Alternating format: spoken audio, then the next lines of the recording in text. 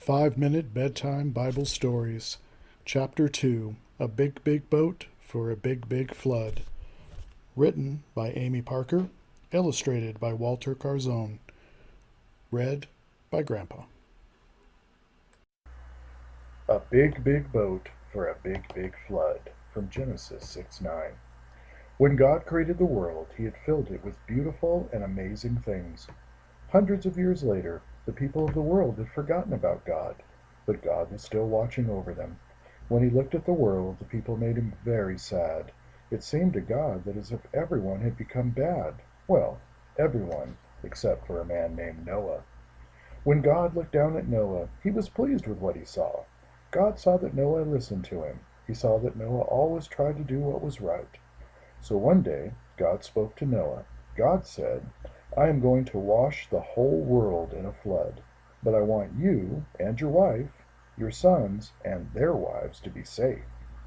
God told Noah to build a big, big boat called an ark, and he told them exactly how to build it. Make it 450 feet long, 75 feet wide, and 45 feet high. Make lots of rooms on 3 different levels. Build it out of wood, then cover the whole thing, inside and out, with tar to keep the water out. Noah did everything that God told him to do. Day after day, Noah and his sons worked on the ark. He didn't mind the hard work. Other people thought he was crazy for building such a big boat, but Noah didn't care what everyone thought. Noah knew that God had told him to build an ark, so that is exactly what Noah was doing. God had also told Noah, "When you go into the ark, take with you a pair of all living creatures, animals and birds, and even the creatures that crawl on the ground. They will come to you so that you can keep them alive. And be sure to take lots of different kinds of plants and food, enough for you and all the animals to eat." Noah did everything that God told him to do. As the ark took shape, animals of every kind found their way to Noah.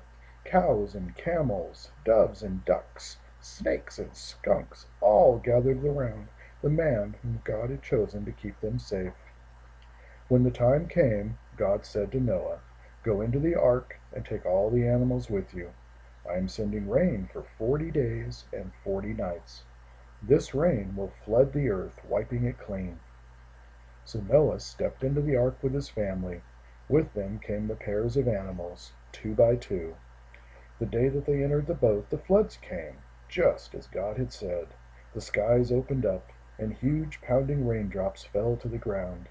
The lakes and rivers and oceans burst open. Water spilled onto the land. Noah's ark began to float. His family and all the animals were safe inside the ark. For 40 days the rain fell, and the water continued to rise. The water rose higher and higher until Noah's ark floated above the highest mountains on earth. For months and months waves crashed over the earth, and for months and months Noah and his family and all the animals safely rocked on the waves. Then God looked down on the ark and on everyone inside. He knew that they had been in there with all the sounds and smells of the animals for a long, long time. So God decided it was time for the flood to be over. He sent a strong, howling wind across the earth, and the rain stopped. The water went down, down, down, until finally the ark came to rest on top of a mountain. The mountain top was still surrounded by water, so Noah decided to send a bird to fly out over the water. If the bird returned to him, Noah would know that there was no grass or trees for the bird to land on. So Noah opened a window of the ark and sent out a dove. But the dove found no place to rest. It soon returned to the ark. After 7 more days, Noah sent out the dove again. This time the dove came back with an olive leaf in its beak. When Noah saw the leaf, he knew that the water had gone down. He knew that trees and plants had begun to grow again on the land. Noah was overjoyed.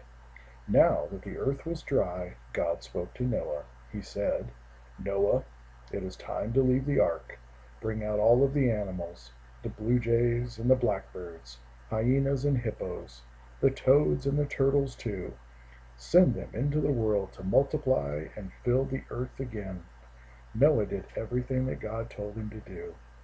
When everyone was on dry land again, Noah thanked God. Noah thanked God for keeping him, his family, and all the animals safe. God blessed Noah's family. He told them, "Be fruitful, fill the earth with good people again." Then God made a promise. "Never again will I send a flood over all the earth." With these words, God put a rainbow in the sky. The bright colors of the rainbow, red, orange, yellow, green, blue, indigo, and violet, curved above the clouds. It was a glistening reminder of God's promise to the world. Every time Noah and his family saw the rainbow in the clouds, they remembered God's promise, and they remembered how God had kept them safe during the big, big flood.